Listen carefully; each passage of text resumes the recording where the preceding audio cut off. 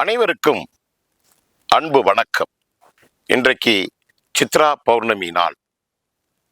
தமிழர்களுடைய மரபார்ந்த வரலாற்றில் ஒரு முக்கியமான நாளாக சித்ரா பௌர்ணமி கருதப்படுகின்றது.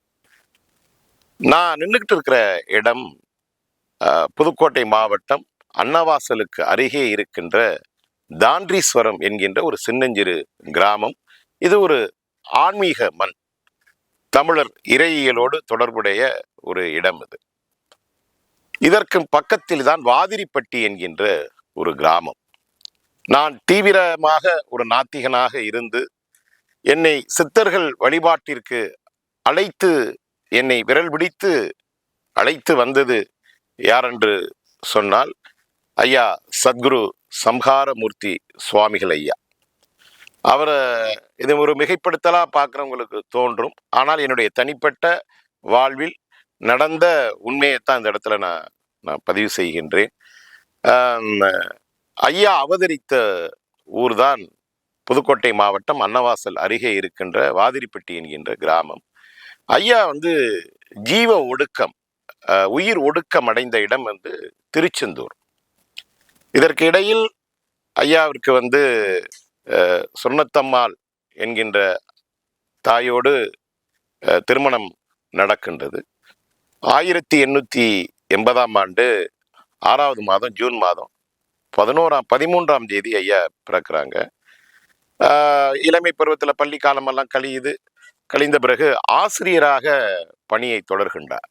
அப்போதான் அவருக்கு திருமணம் நடக்கின்றது. அதன் பிறகு அந்த ஆசிரியர் பணியை தொடர்ந்துகிட்டு இருக்கிற காலத்திலே தீவிரமான ஒரு இறை தேடல், ஆன்மீக தேடல் ஐயாவுக்கு ஆரம்பிக்கின்றது. அப்புறம் சொல்லிக்கொள்ளாமல் வீட்டில் யார்கிட்டையும் சொல்லாமல் அப்படியே அந்த அவருடைய இறை தேடல் தீவிரமாகி ஞான நிலையை அடைகின்றார். பல்வேறு அதிசயங்களை அப்படி நிகழ்த்துகின்றார்.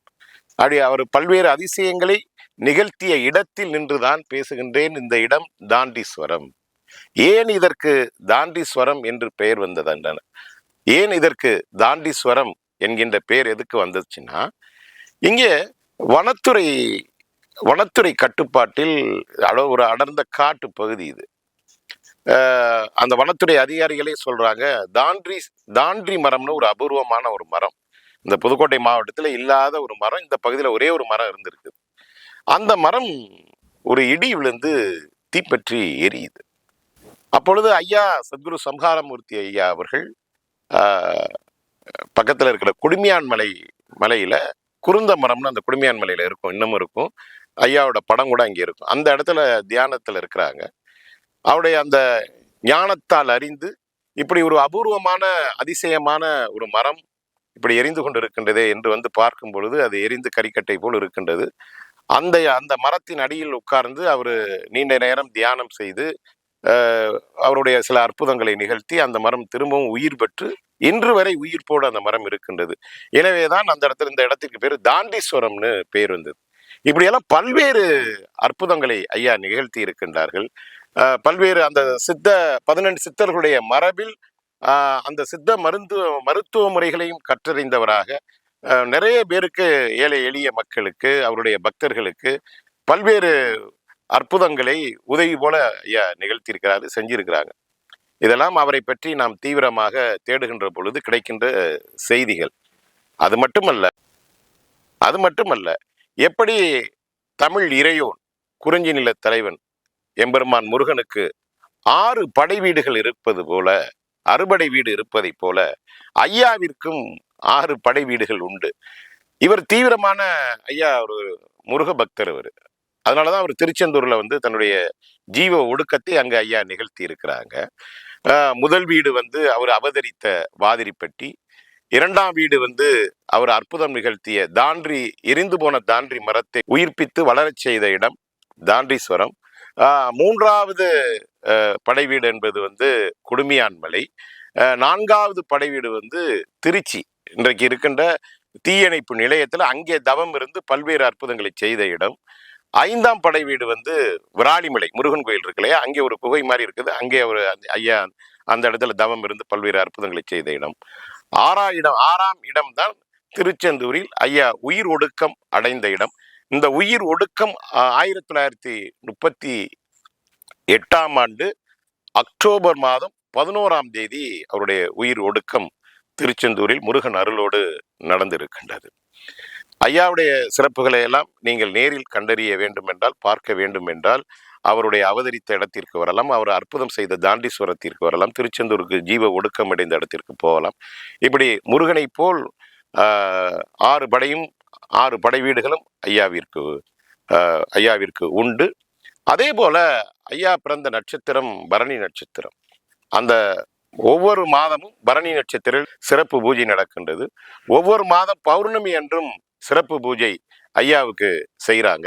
அதே போல ஒவ்வொரு வாரம் வியாழக்கிழமை அது சித்தர்களுக்கு உகந்த நாள் என்பதனால் வியாழக்கிழமை மதியம் 12 மணியை போல சிறப்பு பூஜை நடைபெற்று அன்னதானம் நடக்கின்றது. இப்படி எண்ணற்ற செய்திகளை ஐயாவை பற்றி கூறிக்கொண்டே போகலாம். எனக்கும் ஐயா சத்குரு சம்ஹாரமூர்த்தி ஐயாவிற்குமான உறவு என்பது ஒரு எப்படி அதை சொல்றதுன்னே தெரியல எனக்கு. நான் ஒரு தீவிரமான ஒரு நாத்திகனாக இருந்து ஐயாவின் விரல் பற்றி தமிழர் இறைக்குள் அந்த இறை நிலைப்பாட்டிற்குள் அப்படி வருகின்ற பொழுது ஆனால் அது உணர்வுபூர்வமாக அதை நான் உணர்ந்திருக்கின்றேன். ஐயாவுக்கும் எனக்குமான உறவை நான் உணர்வுபூர்வமாக நான் உணர்ந்திருக்கின்றேன். அதை அனுபவித்தவர்களுக்கு தான் தெரியும். ஏதோ கதை அளந்துக்கிட்டு ஏதோ சொல்லிக்கிட்டு இருக்காரு அப்படின்னு நீங்க எல்லாரும் நினைக்கலாம். நினைப்பவரை பற்றி எனக்கு கவலை இல்லை. என் வாழ்க்கையில் நடந்தவற்றைத்தான் நான் சொல்ல முடியும். எனவே ஐயா அற்புதம் நிகழ்த்திய இந்த மண்ணிலிருந்து இதையெல்லாம் சொல்வதில் நான் பெருமை அடைகின்றேன். இந்த சித்ரா பௌர்ணமி நாள் என்பது தமிழருடைய மெய்யியல் வரலாற்றில் மிக நெருக்கமான தொடர்புடைய நாள்.